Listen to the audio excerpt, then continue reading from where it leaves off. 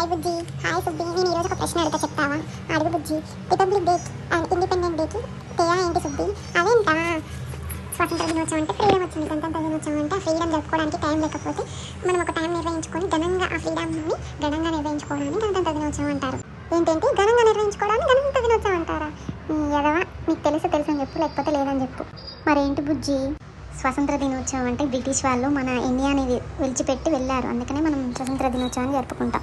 ఈ గణతంత్ర దినోత్సవం అంటే రాజ్యాంగం అమల్లోకి వచ్చింది, అందుకే ఈ గణతంత్ర దినోత్సవాన్ని నిర్వహించుకుంటాం. రాజ్యాంగం అంటే ఏంటి బుజ్జి? రాజ్యాంగం అంటే చట్టాలు, హక్కులు, నిబంధనలు వాటన్నిటిని ఒక పుస్తక రూపంలో రాసి అమల్లోకి తెచ్చారు. దీన్ని రాజ్యాంగం అంటారు. ఈ చట్టాలు, హక్కులు నాకు అర్థం కావట్లేదు బుజ్జి, నాకు అర్థమే ఎలా చెప్పు.